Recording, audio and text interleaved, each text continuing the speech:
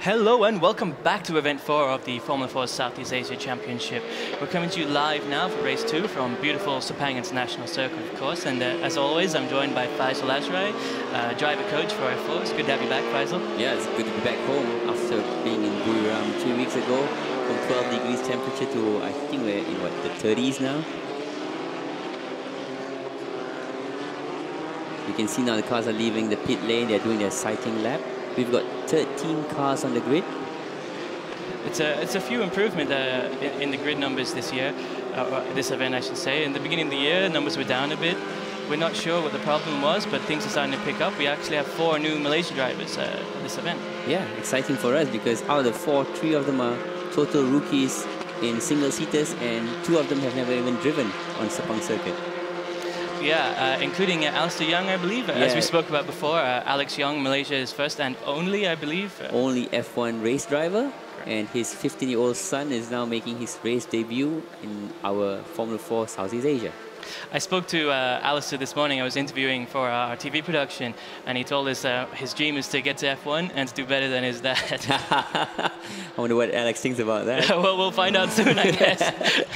Well, Alex made it to Formula 1 in his mid-20s. So Who was he with? He was with Sauber, was he? He did with Minardi. Minardi. He did 2 seasons there in Minardi back in 2001. And Alistair's got about 10 years to catch up to what his dad did in his mid-20s. Well, it'll be a brilliant career to watch, and I can't wait to see what happens further down the line. Being a Malaysian, about a decade ago, we had Alex Young racing a yellow single-seater car in the now defunct A1 team series, A1 GP. And now to see that famous helmet in a yellow car. Oh, he wears the same helmet as his father? Yeah, same design as her father, except he added AY on top, which is also Alex Young. I see, right? So I was like, okay, and they have the same eyes and eyebrows, so it was, for me, it was deja vu. I took a picture of it. It is like Alex 20 years ago, isn't it? it? Yes. That's how long I've known Alex, actually. Well, Alex actually drove with Meritus.gp 10 years ago now for GP2 Asia. Okay. In 2008. And it's great to have his son back with us, driving again for Formula 4 now. Sadly, Alex can't be here this weekend. He's off for Formula E duties. So I see, right, of course. He cannot, probably, so Alistair doesn't have a personal driver coach. Probably better for him. So here they are now, coming onto the grid. So we'll just quickly run through the starting positions. The drivers are taking their places now on the grid for the formation lap. So this is not the start of the race. They're just going to go around one more time, warm up the tires, warm up the engine, do a quick readying of themselves, get them in the right mental state before the start of the race. So in pole position is Daniel Cao. He set the fastest lap last race, and that's how the starting position is decided for this race, the fastest lap from race 1. In second position, we have Ishan Perez, number 30. In third position, we have Aaron Love from Australia. In fourth position, Hibiki Tara. In fifth position, Ugo de Wild. In sixth position, Mitchell Chair. In seventh position, Adam Khalid. Eighth is Kane Shepherd, followed by Benson Lin, Muiz Musiafa, Alistair Young, Liam Lawrence, and Luke Thompson. I'd like to talk a bit about the drivers. Ishan Perez and Kane Shepherd, they had a turn 1 incident in race 1. So they took themselves out of contention and they recovered back to 7th and 8th from last place on the first lap. It was amazing driving by the 2 young drivers to climb back up, halfway up the grid. Exactly. So now Ishan has got, well, he can make amends because he is on the front row.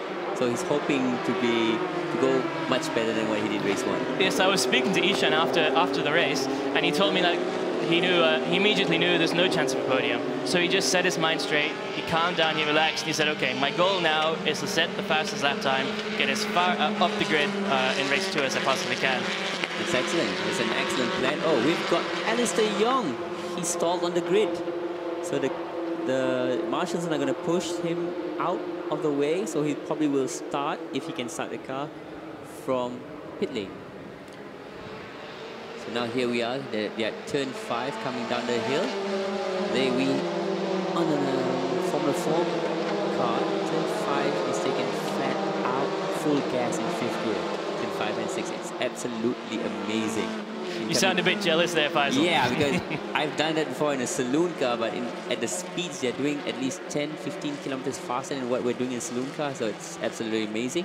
They're coming out the double right-hander turn 7-8, approaching the left-hand hairpin turn 9 uphill. Here we go. This is where Hugo de Wilde, last race, he made a move on Adam Khaled for third position, coming up the hill here. So he had a perfect exit from turn 9. Then he turned in slightly earlier than Adam Khaled into turn 11 and got the position up. Third position from Adam Khaled. Daniel Cao, he won the last race, set the pole time for this race as well. Is he just going to walk away with it this race? Because he had the pace in the last race. Yeah, amazingly, he was second after the Kane Shepherd and Ishan Perez incident. So he was behind Aaron Love and made a brilliant move into turn 4. He dummied to the left. Aaron blocked on the right and he went around the outside to turn 4. I spoke to Aaron about it and Aaron said, yeah, he was being too defensive. So I gave him some tips. So maybe we can see it again. Well, we'll know whose fault it is if it goes wrong, Faisal. Well, no, I'm not the guy behind the wheel. I just coached them. So here we are, coming down the last corner, turn 15. They will then get to their exact grid slots. So we, as we talked about in double yellows, look, they haven't recovered Alistair Young yet. So what does that mean? Maybe we'll have another formation lap. We're not quite sure what's going to happen just yet. The vehicle is just moving the cars. We wait for the stewards. The boards are coming out. They're going to have to move to their grid position. I think I can see there that the number of laps this race has been changed to 9. That would indicate that there is going to be another formation lap. Yes. To allow them time to recover Alistair Young. They've been waved through. They've been waved through, yes. There's going to be one more formation lap while they recover the car. We had something similar in Buriram 2 weeks ago. We did, yes. There was a problem with the circuit lights, and for some reason they didn't go off. So rather than let the cars sit there stationary, which, as we all know, in a Formula car is not something that they're designed to do, the stewards decided just to let the cars go around one more formation lap before they start. Yes, single-seater cars do not have fans, so their radiators just, water starts boiling, so it's not good. Especially here in Malaysia. Yes. What was our temperature again in Buriram? 12 degrees? I think it was 12 degrees at one point. That wasn't Southeast Asia. So Alice is not going to be able to start race 2. He looks frustrated. Shake of a head there. Well, on the good side, Formula 4, we run 6 race weekends. So if Alistair misses out race 2, he's still got another 4 races to go to. He's still got time. He's still, you know, it's not all lost yet. He's still got a chance to be on the podium here at home in Malaysia for the young lad. The crew will have about an hour and a half to have a look-see at Alistair's car and hopefully gets on the grid for next race. Sorry, I think I see here now on my screen it's now 8-lap race, which would indicate another formation lap after this, but we'll confirm with you in a moment when we find out just what's happening. So Faisal, while the drivers are going around and we're recovering the vehicle, does this change anything in the driver's mind? I mean, Alistair was, he was positioned 11, just in front of Liam and Luke. Now, obviously, they've moved up. You know, does it change anyone's strategy or anything? Well, for the drivers, especially Hugo, who he's a bit of a slow burn. He can maintain the tires, and he tends to make his move towards the end of the race. Now, he's only got 1 less lap to make his move. Whereas for Daniel, being in front, he then now can maybe push a bit harder because he has 1 less lap, so to speak. I see what you're saying. You're right, because in the last event, we did see Hugo de Wilde. His overtaking move was on the last lap or the second last lap. Correct. He ended up on the podium, but only on the last lap. Correct. So he'll either be fourth, maybe he won't fifth. have time now. Yeah, so he'll have to play around with strategy. Track temperature is a bit hotter than it was earlier. You can see the haze coming down the back straight. So they're building in some heat into the tires. I was talking to Hugo in between the races to see what had happened and why he didn't make that last-minute overtake in race 1.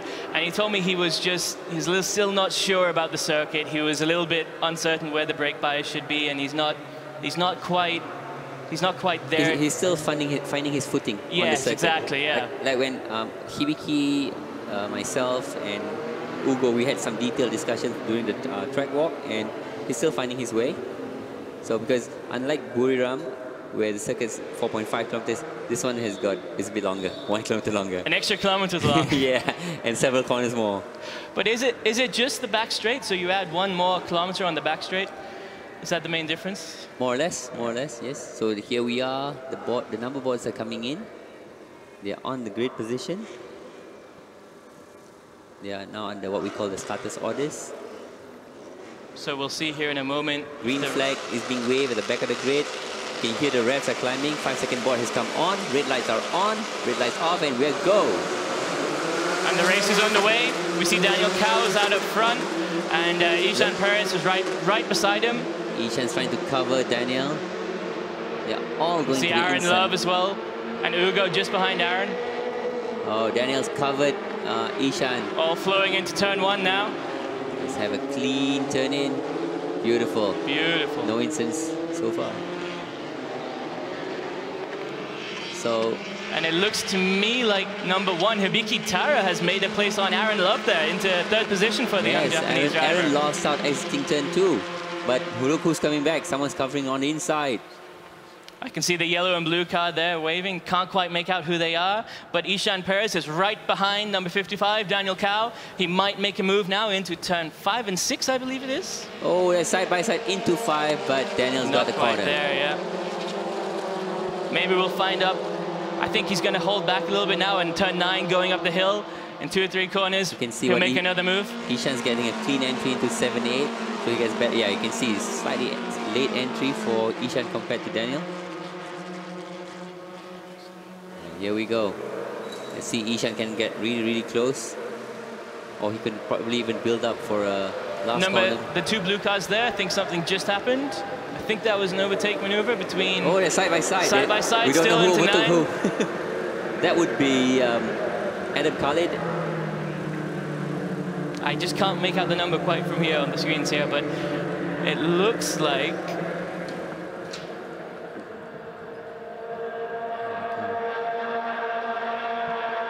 $55 and 30. 55, Daniel Cao leading 30.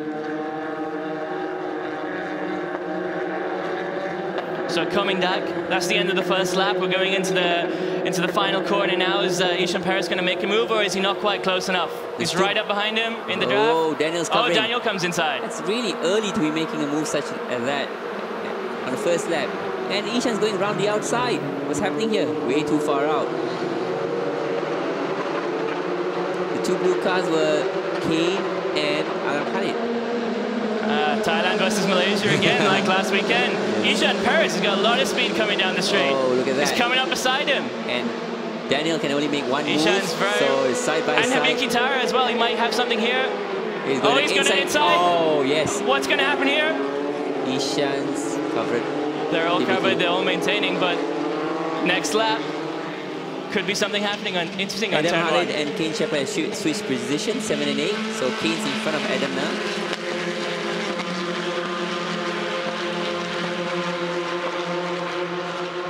Something happening back there again in the middle of the grid. You can see. Oh, is Ishan just taking Daniel Cao there at turn 4? Turn 4. He's got a really slow exit out of turn 4. That's a little bit of bad karma there for Daniel Cao. He overtook Aaron Love on the same corner last race, and now he's lost a position. And he's got Hibiki right behind him. Hibiki really does seem to have a lot of pace this race. He started in 4th, got past Aaron Love, and now he's chasing 2nd. Oh, coming on the outside. Daniel's covering at 7-8. But Hibiki is really close. Got a better exit out of turn 8. But you can see Daniel is having to be very defensive, and Ishan pulling away. He might pull away. And 78, Aaron Love is going on the inside of car 29, Mitch Chair. Has that Aaron Love? He's moved down to... Oh, I'm sorry, that's a mistake. That's the orange card there.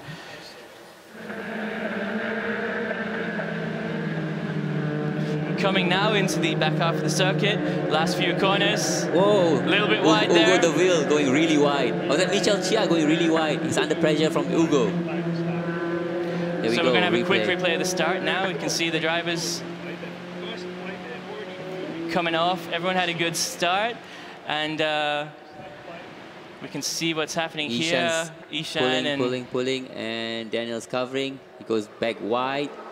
Aaron tries to go inside of Ishan You can doesn't see actually make Hibiki the here move. overtaking. Yeah, Hibiki going around the outside to take third position. Brilliant from driving. Aaron Love. And seals the deal into corner 3. There was a race start. It was a brilliant start from Hibiki. I'm really impressed by that. So we've got a red car, white car, orange car. So back to the action now. We're on lap 4. Oh, the orange and blue car there. That is... I think that is Kane Shepherd. Kane Shepherd taking on Hugo Deville. Hugo's covering him into turn 2. Kane didn't quite make the move. But he's right on the back of the young Belgium. You know what's amazing? First position to 8th position is covered by 3 seconds. That is brilliant. But I should point out, Ishan is now 8/10 ahead of Daniel. Yes, but look at that. Kane Shepherd is still trying on Hugo Deville into turn 4. Hugo Deville maybe not quite finding his pace this race. I think he's dropped a position from the start. Yes. Now he's battling with Kane just behind him. Yes, he's battling with Kane.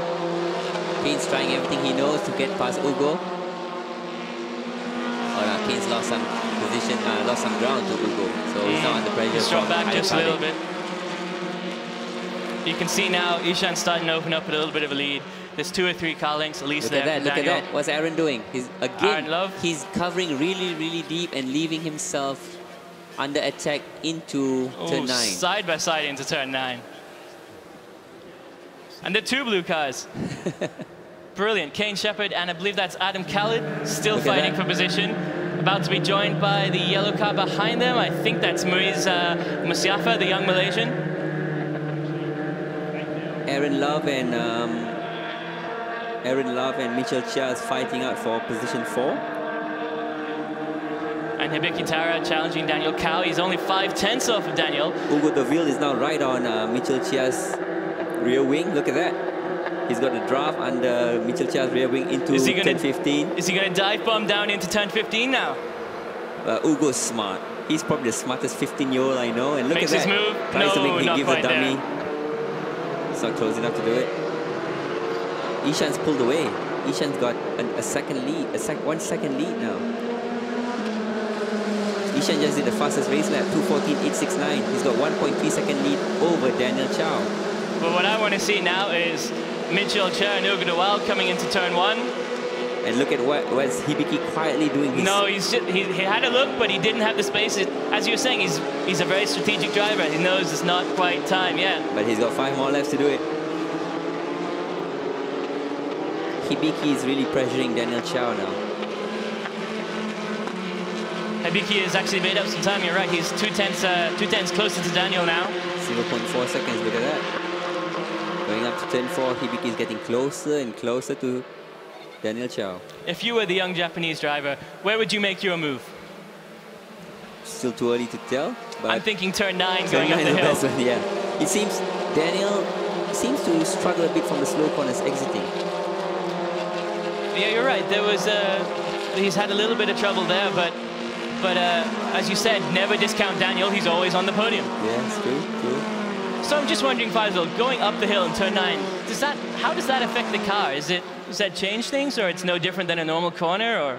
It's a tricky corner. You turn left. It really changes steep. your gravitational effect? Yeah, you turn left. You must get on the gas just at the right moment, not to get any wheel spin, or as you saw in race 1, there were some spinners there as well, because they got on the gas too hard. It was Alistair Young spun there. Yes. Daniel's opened a slight gap again over Hibiki. Getting settled down a bit. These are actually midway through race 2. We've just done 4 laps, another 5 laps to go. The interesting thing about race 2 is it determines the starting positions for race 3. So if you finish first in race 2, you start in position 6 for race 3, because it's a 50% reverse grid based on the positions from race 2. So does that come into your strategy? If you're in P7, do you really want to be P6? Hugo and Mitch, if they stay in position, they'll both be in the front row for the next race. That'll be interesting to see. That would be very interesting to see. Look at that. They're all line astern, 2nd, 3rd, 4th, 5th, 6th. As you said, still only 3 seconds between the first 10 drivers. They used to say in motorbike racing, you could cover them with a blanket. Oh, move here? No, we decided bad against it. Hibiki staying there. He gave a dummy. Sometimes what drivers do is they show the other driver they're making a move at this corner, and they take it at another corner. I see. Was he hoping that the guy in front of him would make a move inside, and then he could just go? Or maybe even say, okay, he's going to try to make a move into turn 1. Next time around, next lap, I will cover into turn 1, but then he'll make a move at a different corner. I was going to see something happen here at turn 4. We've seen some action here in the previous races. Not quite. The young Japanese driver is just biding his time, waiting for the right moment. Smart kid. But Daniel's a smart kid as well. If we keep saying, yes. Don't discount Daniel. But Ishan is just walking away. At the moment, he's 2 seconds. He's opened a 2-second gap. Amazing. That's about half a second a lap he's been opening up every lap after four laps done. Brilliant driving by the young driver. We've got a battle of white and orange. Look at that. Again, Aaron Love is covering Mitch. Oh. Mitch diving. Oh, and he's got it. He's got it. Brilliant driving. But look at that. His exit is slow, and Aaron is just under his rear wing. Behind him. Again, he's covering. And can Ugo take advantage of this now? And Ugo's getting closer. The last corners. Ugo's getting closer. He's now right up behind Aaron Love. Look at that.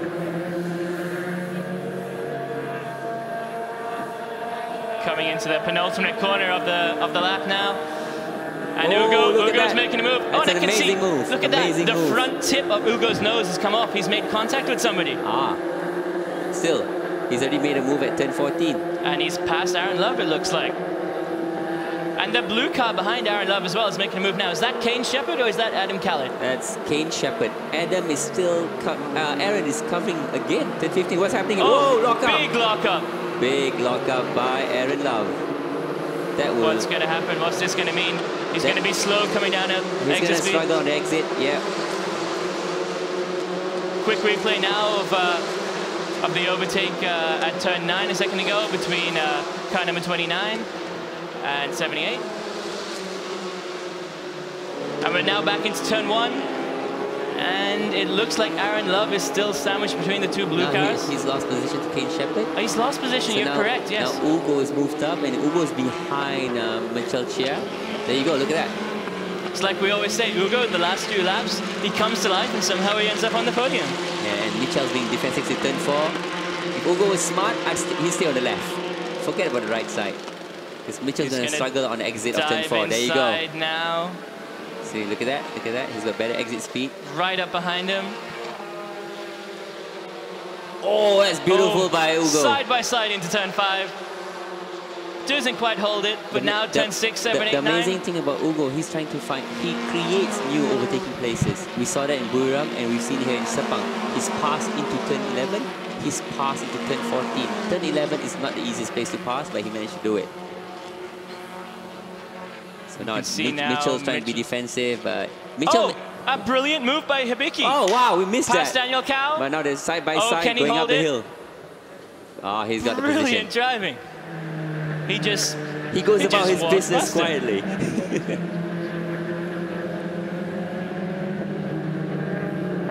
Oh, side by side, the 2 orange cars. Someone's on the gravel. Into turn 12. Who's that now?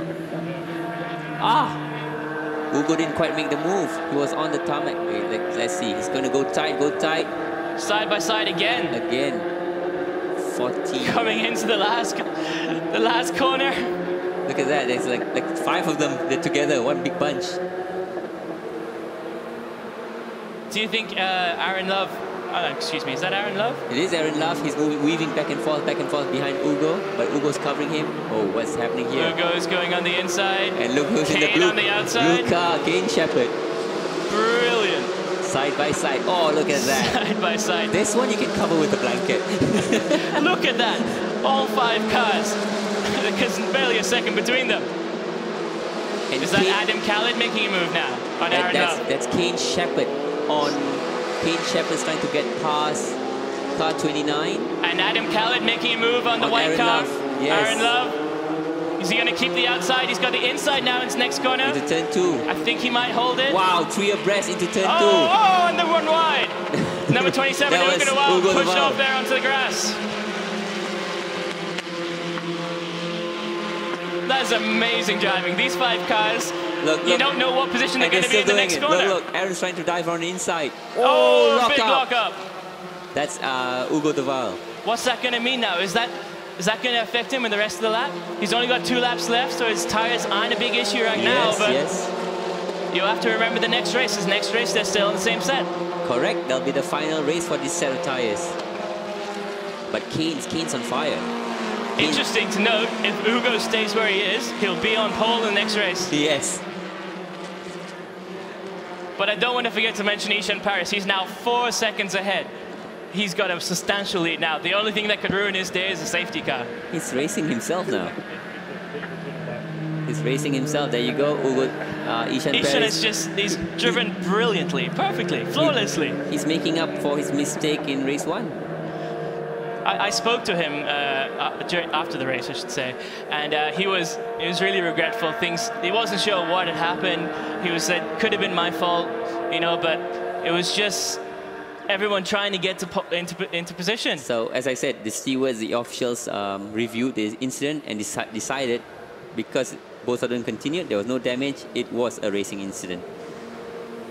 Here we go. What's happening in position 4, 5, 6, 7, 8? There you go. So Mitchell's Chia is still leading. Followed very closely by Kane Shepherd and then Adam Khalid and Hugo de Waal, number 27, just behind the group. So we're coming in now to the last lap of the race, and it's going to be some serious action for the I want to see what the top 5 spots. Kane is right behind. You think Kane's going to make a move? Oh, he's coming outside. If he comes outside on turn 1, he's going to have the inside line going into turn 2. No, he's not quite alongside. He's going on the outside. Wow, but he's lost out there. Oh, he can't quite make it. Exiting 2, he should be in. That's it. So Mitch is still being defensive. And you can see Mitch is staying on the left side, which is going to But Kane, as you said before in the last lap, he's staying outside turn 4. He's going to dive down inside now. Can he take him? Not quite, but maybe coming into 5. 5, depending, because that would affect his speed. We've seen corner 9 coming up now in a second. It's seen a lot of action this weekend so far. Maybe that's where he's going to make the move. Here we go. 2 orange boys versus the 2 blue cars. And Hugo is all over Adam Khalid's rear wing. Going left, going right. Look at that. Side by side. Into 7-8. That's amazing.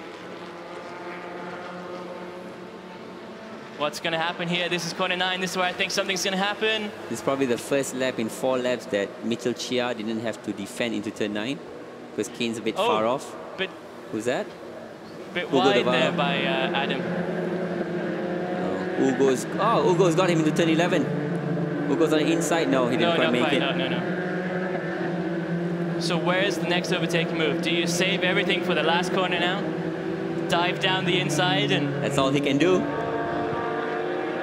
Look at that. Adam's being very defensive. Oh, here we are. Race leader is now on the back straight. Race leader is going to take the checkered flag 5 seconds ahead of the rest of the grid. And in the background, Kane Shepherd is not quite close to Mitch, and Mitch is being defensive. Here we go. Ishan Paris takes the checkered flag in race 2. Car number 30, the red car on your screens right now. He's just passed the checkered flag, and it's official. Kane couldn't make it. Kane's still behind Mitch. But it was a brilliant competition between those 5 cars, the 2 blues and the orange and the white. So it looks like Ishan Paris is finished first, of course. Then Hibiki Tara second. And Daniel Cao, Mitchell Chair, Kane Shepherd, Adam Khalid, Aaron Love, Hugo de Waal, Benson Lin, Moise Mustafa, Leon Lawrence, Luke Thompson, and Alistair Young, who did not finish. Thank you very much for watching. That's all we have time for this episode. But we'll be back at 2 hours at 6:20, I believe, for the final race of the day. And then we'll see you tomorrow. Once again, thank you very much. Thank you.